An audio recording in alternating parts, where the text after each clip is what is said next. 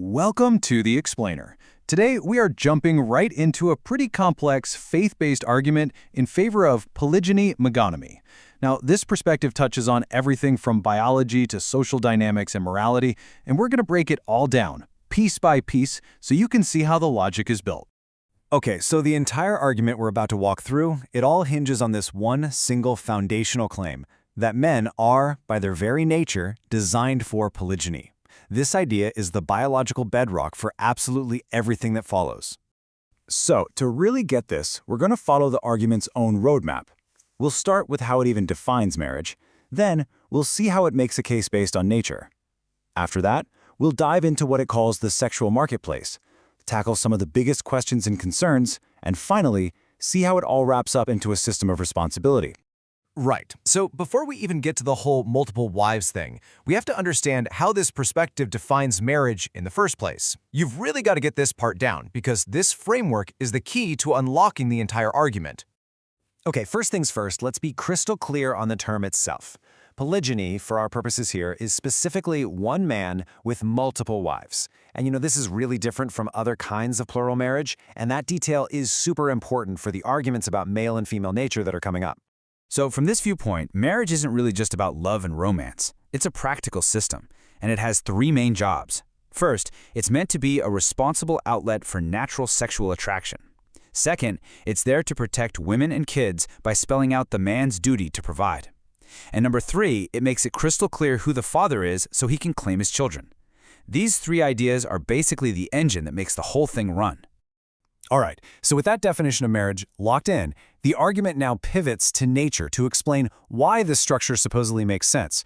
This is where it really tries to ground the whole concept in biology and what it sees as the basic patterns of human attraction. And here it is, the core biological claim. Think about it like this. The argument goes that a man could theoretically father hundreds of children in the same 9 months it takes a woman to have just one. And because that difference is so huge, the source basically says, there's just no way men were designed to be monogamous. This is presented as the fundamental truth of our biology. Then the argument shifts gears a bit, from pure biology to sociology. It makes the claim that women are naturally drawn to men who are already proven quantities, men who are already successful husbands and fathers. It's like a married man is seen as a safer bet because his ability to provide and to be a good partner has already been, vetted by his first wife.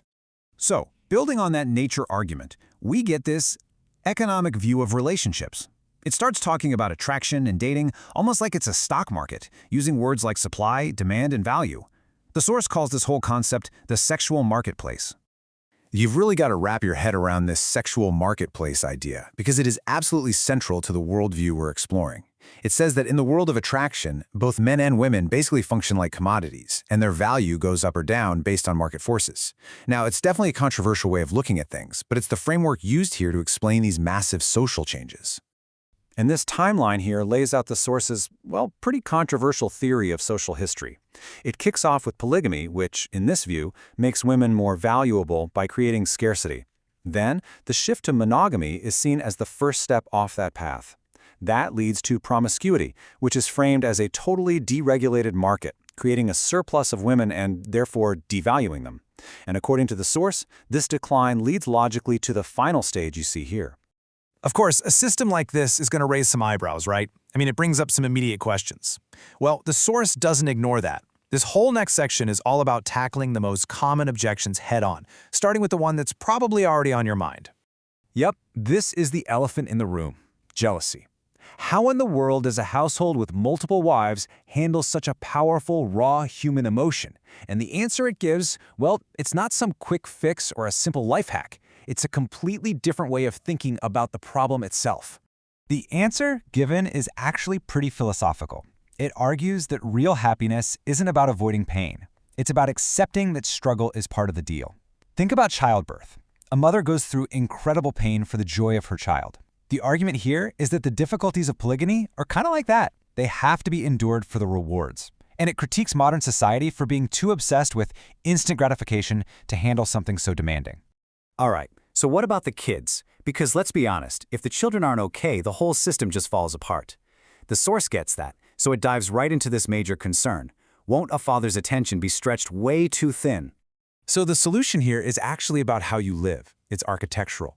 The idea is you set up all the homes on one big piece of land, a shared property. This way, the kids have constant, unscheduled access to their dad and to all their half-siblings. The goal is to create one big, unified family instead of a bunch of separate, competing households. And last but not least, we have a really practical question. Health. I mean, with multiple partners in the mix, how do you handle the risk of sexually transmitted diseases? It's a fair question. The key concept here is something the source calls a closed loop. The logic is that you manage risk by making sure the man only marries chaste women. This creates a kind of self-contained sexual network.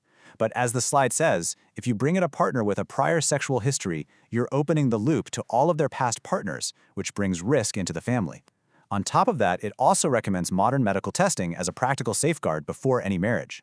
And that brings us to the very last section, which kind of reframes the entire conversation we've been having.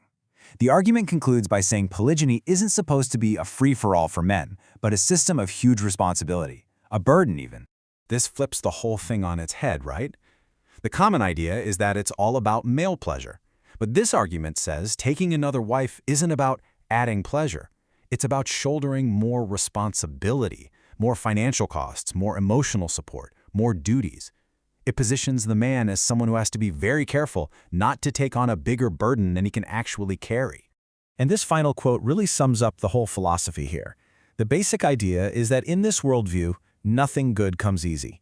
Every single pleasure in this life has a price tag of effort, struggle, and responsibility. So it leaves you with this thought. Maybe the difficulty of this system isn't a flaw, but an essential feature.